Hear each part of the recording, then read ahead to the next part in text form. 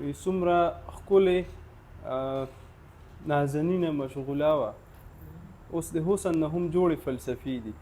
نو مسله ده ته موږ ته وایې چې ښکلې خبرې خوشکې مه کوه، خو دا کیدی نه شي. خاص زمان او مکان کې چې کله کل سره د جزئیاتو تغامل وشي نو دا حسن بللی شي. څنګه نبیل اشاره وکړه چې که چېرې ارتقایي پړاوونه وشي او دا جزئیاتو کې چینجز راشي، بدلونونه راشي، تغیر راشي، نو آیا چې بدل شو نو د حسن معیار هم بیا بدلیږي، تعریف هم بدلیږي. نو په دې وجه دا د حسن یو زه د ریلیټیو تیوري منونکی یم چې هر ځای او په هر وخت کې د حسن خپل تعریف دی او خپل معیارات یې دي.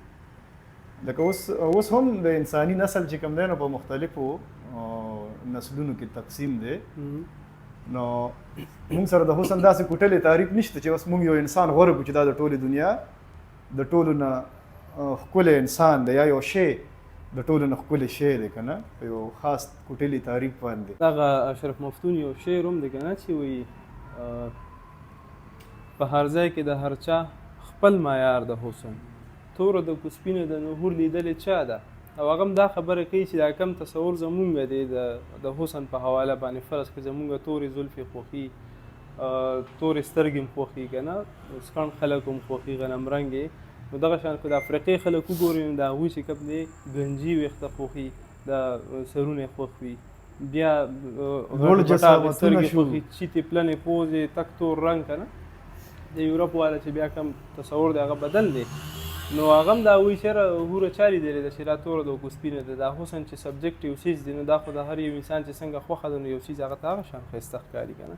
دا کلچرل ریلیټیویزم دی ته مونږ وایو د ایسټیټکس په تیوري کې چې یاره دا کلچرلی دا شیان پیدا شوي دي په یو سوسایټي کې یو شان وي، په بل کې بل شان وي، بلکې ټول اقدار چې مونږ څنګه داسې وګورو نو هغه د هغه خپل معروضي حالاتو چې کوم وي د هغې انعکاس وي. اصل کې داسې هغه څه وي نه په حقیقت کې چې څنګه وي. یونان ته د فلسفیانو کې وي دوه کسان وي چې یو بل ډېر زیات خوښي، وي ته یو بل ته نږدې راپرېږده چې یو بل عادتونو نه لږ خبر شي نو بیا ته وي د دوی مینه وګوره د یو بل سورې به هم په کاڼو ولي که نه.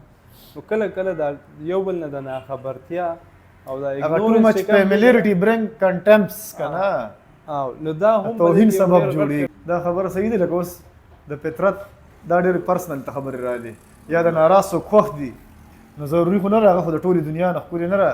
لکه د په فلمي دنیا کې به بلا جینکۍ خوښي، ده ته به واقعي ښکاري دا زما د محبوبانه په عام طور ښکلي دي، خو لکه د ده هغه ته رسایي نه کېږي، په اسانه ستارې خبرې پورې په اسانه ترلاسه کولی نه شي. نو ده ته دا شی اویلیبل دی خپل ماحول دننه، نو دا ده ته د ټولو نه ښکلې ښکاري. هغه خو بیا ډېرې را وایي چې یاره ته څه معلومه شوې ده جوړه اچھا د نبیله نه مړه هغه چا ته معلومېږي، ولې نه مونږ ته معلومه نه شوه.